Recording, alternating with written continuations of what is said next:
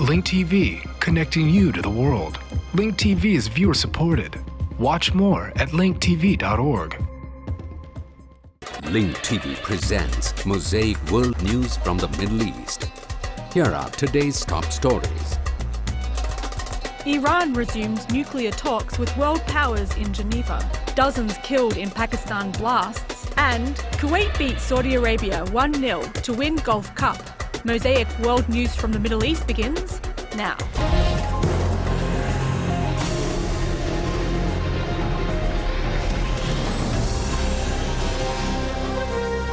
بقي ما لا يقل عن 40 شخصا مصرعهم وجرح أكثر من 60 آخرين في هجومين انتحاريين. More than 40 people were killed and 60 others wounded in twin suicide blasts, targeting government officials during a meeting to counter the Taliban in the northwestern Pakistani province of Mehmed. وقال مسؤول في الشرطة أن الهجوم الأول حدث عندما فجر انتحاري نفسه. A police source said that the first blast occurred when a suicide bomber blew himself up inside one of the offices at the government compound. The second blast took place when a second suicide bomber detonated his explosive belt as he was being apprehended by police. Our correspondent Ahmad Barakat reports from the Pakistani capital of Islamabad. The heavily fortified headquarters of the Political Council of Tribal Affairs in Mehmed province has turned to ruin and destruction. This news comes after two suicide bombers, disguised as tribal militias, launched two twin bomb attacks on the compound, killing or wounding dozens of tribal leaders loyal to the Pakistani government. The victims were attending a meeting to discuss the formation of local militias to fight the Taliban. The attacks, which come after the Mehmed province was declared a Taliban-free area, are leaving a big burden on the shoulder of security forces and their supporters in the region, shattering any glimpse of security and stability there. Between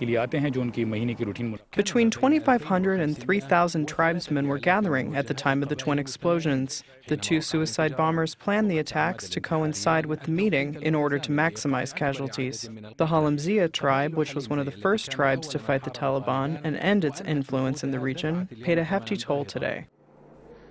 Eyewitnesses said the operation appeared to be well planned, and they described the scene as horrific. A large explosion followed by another large explosion rocked the area. It was similar to Judgment Day. Bodies of the dead and wounded were scattered all over the place. Everyone was pleading for help. Local hospitals in and around the area were packed with victims, prompting officials to issue a plea for help. Medical sources said many of the victims sustained serious injuries, which may increase the death toll. The two suicide blasts in the Mehmed tribal province coincided with the return of displaced residents of southern Waziristan to their homes. Observers believe that the attacks may slow down the trend towards residents returning, especially as the Taliban continues to warn the displaced against answering the government's plea, saying that its conflict with the government has not been decided yet. Islamabad, which seems to be unable to deter suicide operations, doesn't have much to offer except condemnations, warnings, and threats. The tribal belt is burning. This may be the best description of Pakistani tribal areas, where a new wave of violence begins as soon as an old one ends. Ahmad Barakat, Al Jazeera, Islamabad.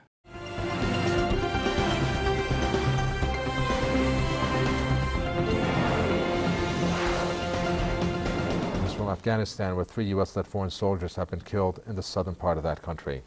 NATO says the 2 soldiers died in attacks by Taliban militants. The other soldier, a Briton, was killed in what NATO called a friendly fire incident. The deaths pushed to 680 the number of U.S.-led foreign troops killed so far in 2010. This year is already the deadliest for the foreign forces since the beginning of the war in 2001.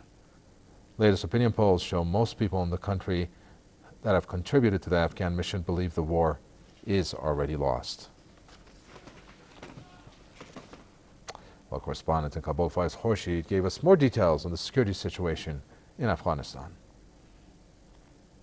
These latest deaths have once again demanded the foreign troops here in Afghanistan that they are facing a much more strong enemy now in this country.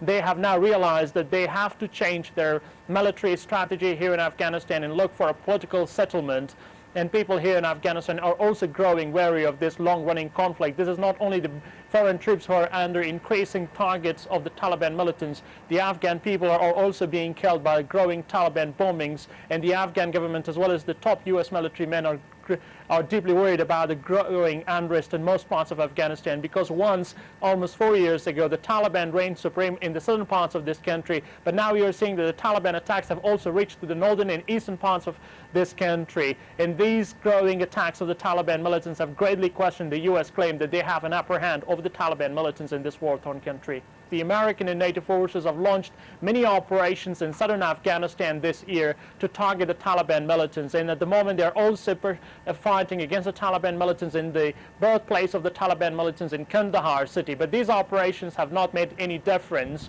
and these growing deaths of Afghan civilians as well as NATO deaths have renewed more violence in Afghanistan, and the Afghan people are growing angry and frustrated about the rising unrest in their country.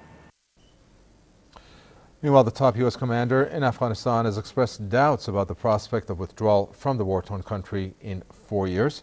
General David Petraeus made the remarks during an interview with ABC television.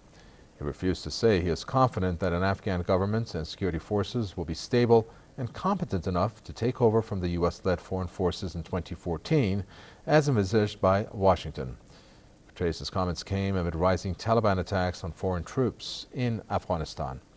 More than 150,000 NATO forces are fighting in the country.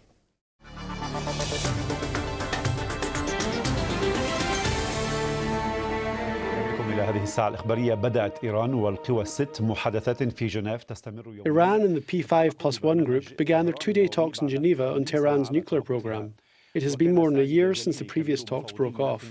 Iran's chief nuclear negotiator, Saeed Jalili, who arrived in Geneva yesterday, announced that Tehran had started producing domestic yellowcake, which will make it possible to enrich uranium. Iranian President Mahmoud Ahmadinejad reiterated several days ago that the enrichment of uranium was not a negotiable subject. These talks are considered an opportunity for everyone to return to the negotiation table.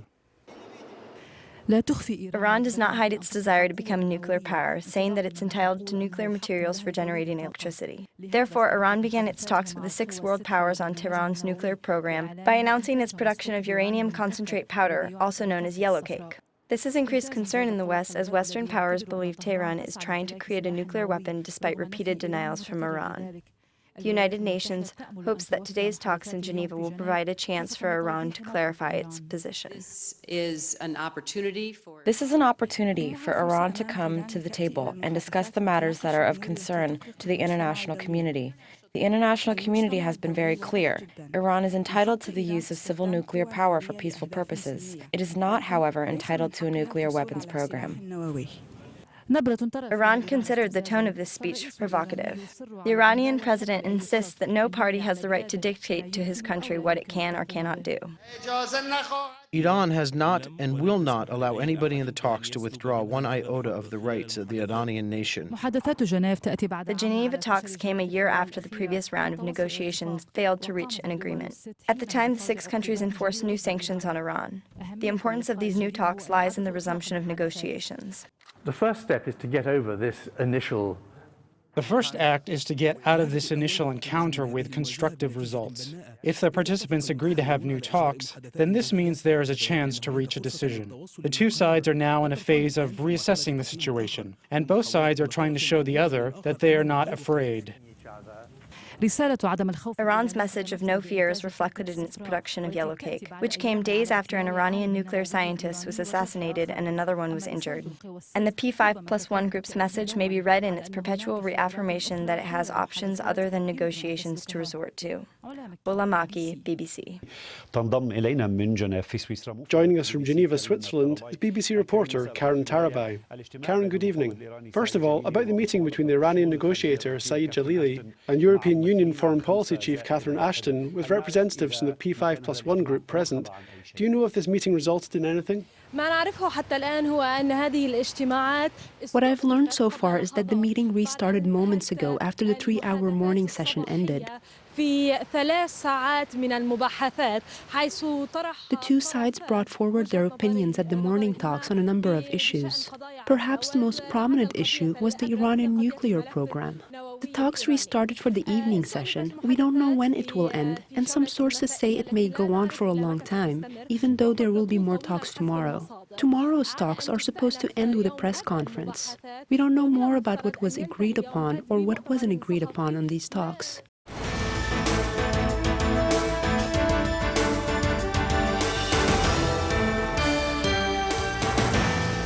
يجري رئيس السلطة الفلسطينية محمود عباس مع المسؤولين الأتراك في أنقرة مباحثات بشأن جهود Palestinian Authority President Mahmoud Abbas is meeting with Turkish officials in Ankara to discuss peace efforts. On this trip, Abbas met with Turkish Prime Minister Recep Tayyip Erdogan. The Authority President's visit to Ankara is aimed at strengthening Turkey's role in the peace process and exerting pressure on the Israeli entity. The visit comes days after Abbas talked about the possibility of dissolving the Palestinian Authority if a peace deal cannot be reached with the Israeli entity, along with its recognition of the Palestinian state.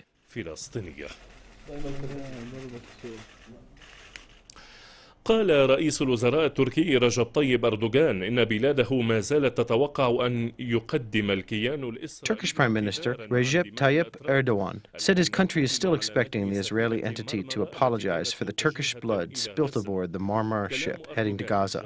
Erdogan said this in a phone call with the Prime Minister of the Israeli occupation, who thanked Ankara for sending aircraft to help put out the forest fire in occupied northern Palestine. شمالية فلسطين المحتلة. حرائق الكرمل التي اندلعت شمالي الأراضي المحتلة أطفأت على ما يبدو حر التوتر الذي شهدته. The Karmel fires that were ignited in the northern occupied territories seem to have extinguished the tension in the relations between the Turkish state and the government of the Israeli entity. This is probably indicative of Ankara's cautious desire to forget the past and open a new chapter. Netanyahu, who appealed for help from countries around the world, received the Turkish message through its helicopters and took the opportunity to break the ice by calling Turkish Prime Minister Recep Tayyip Erdogan to thank him. This message was interpreted by Tel Aviv as Ankara's retreat from its previous position. Erdogan denied the claim and cautiously responded by presenting the issue's several facets. He linked the improvement of their relations to Israel's apology and compensation for killing 9 Turks on board the ships that were trying to break the siege on Gaza.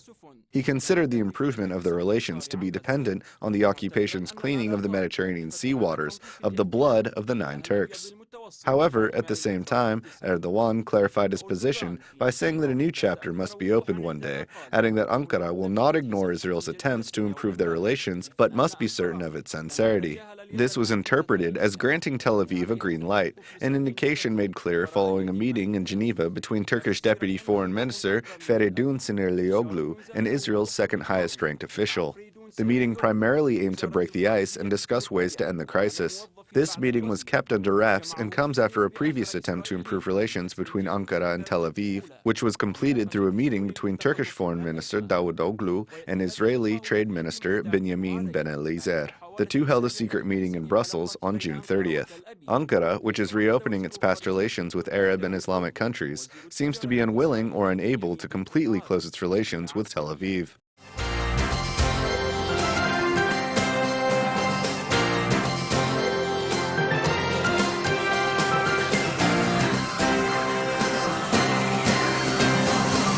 Joining me now in the studio is Mark Regev, international press spokesman for Prime Minister Netanyahu. Good evening, Mark. Thanks for coming in. My pleasure. Good evening. Well, let's start with Turkey. Prime Minister Erdogan insists nothing has changed. What can you tell us about this Geneva meeting? Well, the two leaders spoke on the phone on Friday. And the Prime Minister, my Prime Minister Benjamin Netanyahu, hoped that the Turkish aid, and we thanked him for that aid, the aircraft from Turkey, would be a chance maybe to turn the things around. Because ultimately, we didn't want to see the deterioration in the bilateral relationship. And if it's possible to turn things around, we think that's the interest of both sides. Prime Minister Erdogan is still demanding that Israel apologize for the May raid and make compensation to Turkey. That seems like asking the United States to apologize to Japan, Britain to apologize to Germany, the Armenians to apologize to Turkey, which massacred 1.5 million Armenians under Ottoman rule. Is Prime Minister Erdogan delusional? I think we have no interest whatsoever in exchanging harsh words with Turkey. We've got no interest in a shouting match. We have an interest and I think Turkey has an interest too, at least I hope they do, in improving the atmosphere of relations. Israel and Turkey used to have a very good relationship. We hope it's possible to return to such a relationship. From our perspective, we'd like to return to that perspective. And if Turkey is willing to, it's possible to make that happen. All right, on another subject, the Prime Minister has come under criticism by the far-left media here in Israel, which accused him of using the Carmel fire for a photo op. Your response?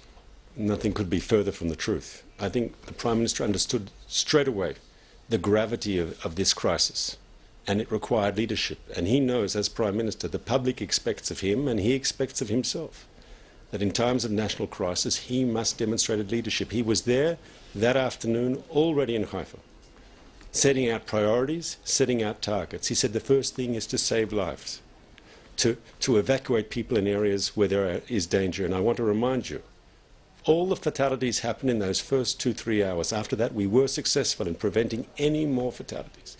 Secondly, to protect communities, to protect property. And thirdly, to kill the fire. And the Prime Minister understood from the first hours that this crisis required an airborne firefighting capability. And he was on the phone in those early hours to leaders of countries like Greece, like Cyprus, right next to Israel. And we had already by Friday, we had either aircraft from those countries here in Israel or on the way, Russia, other European countries. I think the Prime Minister spoke to 30-some leaders abroad, bringing in this sort of airborne firefighting capability, which is so essential in fighting these massive forest fires. In the end, we were so successful, some material was on its way to Israel, we had to say, no, we've got enough, because the people in charge of coordinating the air activities said that the limited space around the Carmel Mountains was too cluttered, we couldn't use effectively more aircraft. Is the Prime Minister trying to avoid a commission of inquiry? No. But let's be clear, we've got to get our priorities right. The first priority was to defeat the fire, protect property, and of course, foremost, to save lives. Now we have a very serious priority, and that is reconstruction. There are 100 families that don't have houses to return to. We have to make sure that they have a place to live. We have to make sure that they have money, that they can support themselves in this difficult period. We have to work on reconstruction. We've got to talk about rebuilding roads, rebuilding, there are communities that don't have water supplies, that don't have electricity. The priority has to be returning life to normal as soon as possible, and that's what we're focused on this morning. As your report said, my Prime Minister had in the office some 25 Director Generals of the different government agencies, and he said to them, this is not a time for bureaucracy. This is not a time for red tape. We've got to work now effectively now to provide real solutions for real people.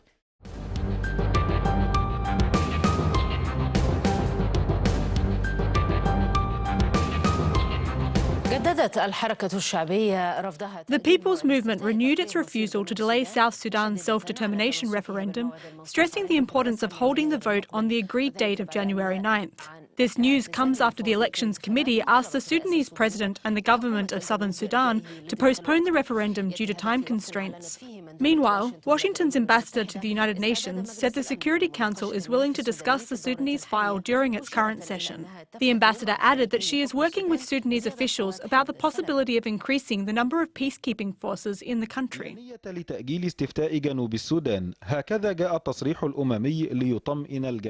There's no plan to delay the referendum of South Sudan. This was the UN statement meant to reassure the Southerners, as announced by U.S. Ambassador to the UN, Susan Rice, whose country is presiding over the UN Security Council this month. In response to the request to delay the vote for 3 weeks made by the head of the commission organizing South Sudan's referendum, the ambassador indicated that she sees no reason to delay the referendum scheduled for January 9th.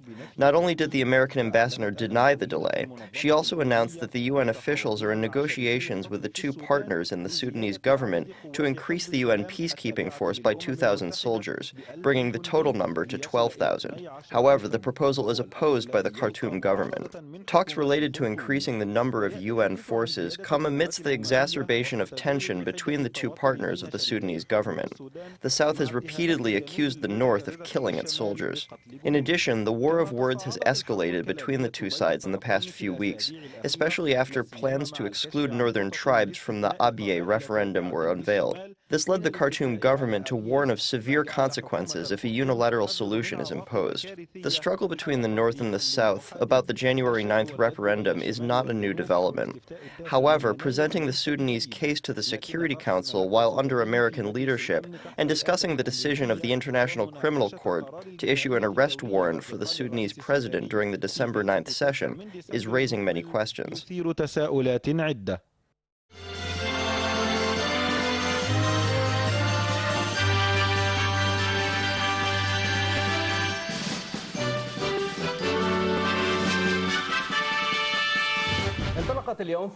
The third Niebuhr Cultural Festival opened in Diwaniyah province. The festival's slogan is Niebuhr Culture with a Diwaniyah characteristic, innovative creativity. Speeches were given and poems were read at the opening ceremony to express people's appreciation for the magnificent cultural legacy of Diwaniyah, as well as Iraqi achievements throughout their long history. They also emphasized the importance of preserving historic sites that represent the origins of the Iraqi people. Niebuhr is the name of an ancient city in the Sumerian and Babylonian eras. Today, its ruins are located about 50 kilometers from the center of the Diwaniyah province. It had been a religious center for Sumerians and Babylonians since 6000 BCE. In this city and historic site, the third Niebuhr Cultural Festival opened for 3 days.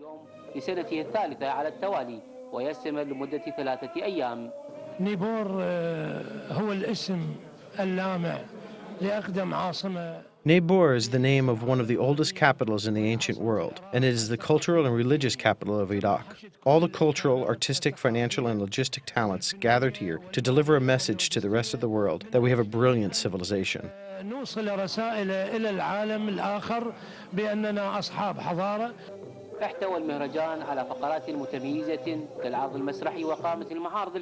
The festival showcased theatrical plays, artistic performances and book fairs, in addition to artistic critiques that were presented at the festival. Preparation for the Niebuhr Cultural Festival started a long time ago, with supervision and sponsorship from the Provincial Council of Diwaniyah. The goal of the festival is to become a minaret for culture, arts, science and history.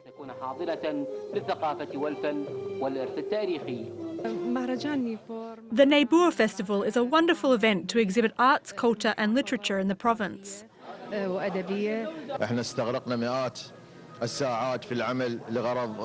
It took us hundreds of hours of work to organize this festival. Of course, there are many new surprises in this festival, such as a surprise from Professor Abdul Minna Saeed in an outdoor theater performance.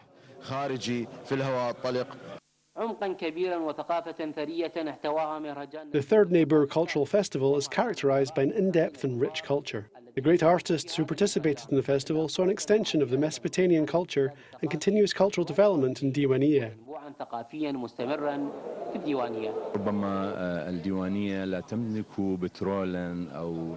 Diwaniyah may not have oil or other natural resources, but it has a beautiful heart, beating with life and love, originality, and a great civilization.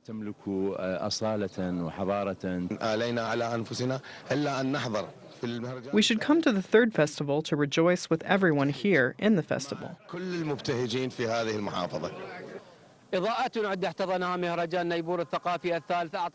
Numerous highlights of the third Niebuhr Cultural Festival painted a clear picture of Diwaniyah province's heritage, as well as its significant developments in agriculture, industry and architecture. Amin Al-Hilal, Iraqiya, Diwaniyah.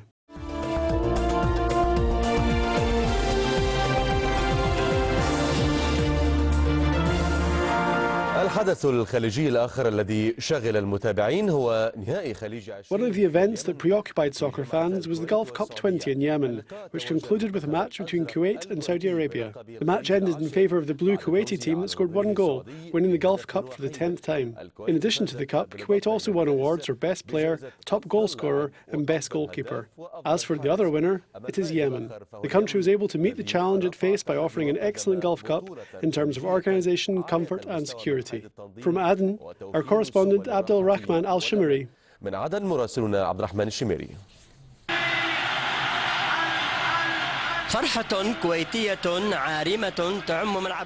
Massive joy for Kuwait filled the May 22nd stadium in Aden, and with it, the cheers of the spectators packed in the stands rose, congratulating the priceless victory of Kuwait over Saudi Arabia in the final match of the Gulf Cup 20.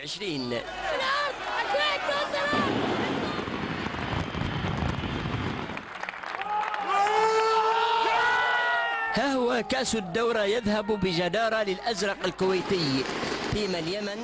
The cup was rightfully earned by the blue Kuwaiti team. As for Yemen, it was awarded the Challenge Cup for successfully hosting a sports championship that was overshadowed by politics.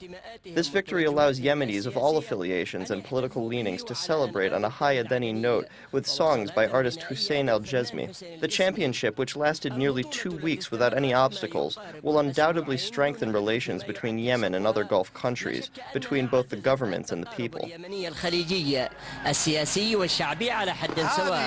This championship has had the most attendance in the history of the Gulf, thank God.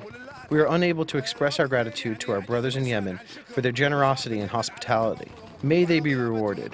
I believe that the attendance of the President today is the biggest indicator of that success. Yemen really exceeded our expectations. Personally, I did not expect it to be this way. I would go to a restaurant, and by God, they would overwhelm us with their generosity and good manners. If success could be accounted for this celebration, it would be in this large crowd that made this a warm and safe championship. Yemen's early exit from the championship did not deter fans from staying in the bleachers to cheer on the rest of the participating teams until the very end. Abdel Rahman Al-Shamari, Dubai TV, Aden. The views expressed on Mosaic are from contributing broadcasters, not Link TV or its sponsors. The production of Mosaic is made possible from support of viewers like you. Thank you. Watch Mosaic World News online. Stay up to date with breaking news. Read our blog. Get transcripts of past shows and more at linktv.org/mosaic.